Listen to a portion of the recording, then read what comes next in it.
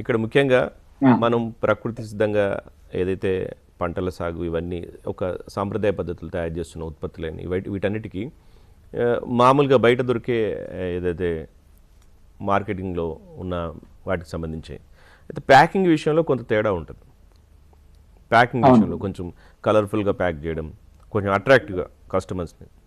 So ఇవి ఇందులో మామూలుగా ఉంటుంది మామూలుగా. సో వాటి ఎఫెక్ట్ ఏ విధంగా ఉంటుంది అట్రాక్ట్ చేయడం కానీ, లేకపోతే ఏ విధంగా జాగ్రత్తలు తీసుకోవాలి ప్యాకింగ్లో? జాగ్రత్తలు అంటే ఒకటి మనము ఇక్కడ చూస్తుంది ఏంటంటే మన భూమి భారతిలో ఆ కొన్ని రకాల ఉత్పత్తులు రవ్వలు కావచ్చు లేదంటే పిండులు కావచ్చు వీటికి ఏంటంటే మనం ఎటువంటి ప్రిజర్వేటివ్స్ వాడం.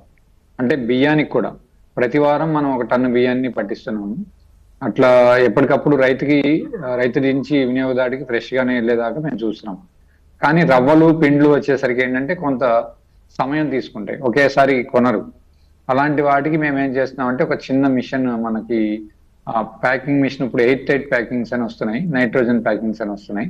దాన్ని ఏంటంటే ఒక కవర్ లో కనుక మనం మన ఉత్పత్తిని వేసి దాంట్లో ఎయిర్ తీసేసి కనుక ప్యాక్ చేస్తే ఆ అది హోల్ పడకుండా ఉంటే దాంట్లో ఎయిర్ బయటకు రాదు. అలాంటప్పుడు సంవత్సరం రోజులైనా మనం ఎటువంటి ప్రిజర్వేటివ్స్ పురుగులు పట్టకుండా వాడే పౌడర్స్ వాడకుండా మనం వినియోగదారుడికి అందించవచ్చు. అలానే అట్రాక్టివ్ విషయానికి వచ్చేస్తే ఏంటంటే అంత పెద్ద ప్రాసెసింగ్ చేయాలి అంటే చిన్న రైతులకి మనలాంటి వాళ్ళకి కష్టం. సూర్యకళ అక్క గారు చెప్పినట్టు ఇలాంటివి అన్ని చిన్న రైతుల దగ్గర నుంచి కొనుగోలు చేసి ఎఫ్పిఓలు కానీ లేదంటే కొన్ని ఆర్గనైజేషన్స్ కానీ ఇలాంటి వాటిని చేసి ఒక బ్రాండ్ వాల్యూ తీసుకెళ్లి చేస్తే బాగుంటుంది. ఎందుకు అంటే ఒక చిన్న రైతు చేయాలంటే దాని వాల్యూ మళ్ళీ వినియోగదారుడికి భారం అవుతుంది. ఎందుకంటే ఇప్పుడు బాపన్న అనేవాడు ఉన్నాడు అంటే వాడిని నమ్మే తీసుకునే రైతులు వినియోగదారులు ఎక్కువ మంది ఉంటారు. అలాంటప్పుడు బాపన్న దగ్గర నుంచి వస్తే చాలు, మాకు అది అట్రాక్టివ్ ప్యాకింగ్ ఉండాల్సిన అవసరం లేదు అనేవాళ్ళు 99 మంది ఉన్నారు. కొత్తగా వచ్చేవాళ్ళు మాత్రం ఇది ఇంకా బాగుంటే కొంచెం మోడర్న్ గా చేస్తే బాగుంటుంది అనే ఫీల్ అయ్యే వాళ్ళు కొంచెం తక్కువ మందే ఉన్నారు. ఎందుకంటే ప్రకృతి వ్యవసాయ విధానంలో చేస్తే మాకు చాలు. కారణం ఏంటంటే దాంట్లో ఉండే ఉత్పత్తి జెన్యున్ ఉంటే చాలు, మాకు పైన ప్యాకింగ్ తో అవసరం లేదనుకునే వాళ్ళు ఈ మధ్య పెరిగారు.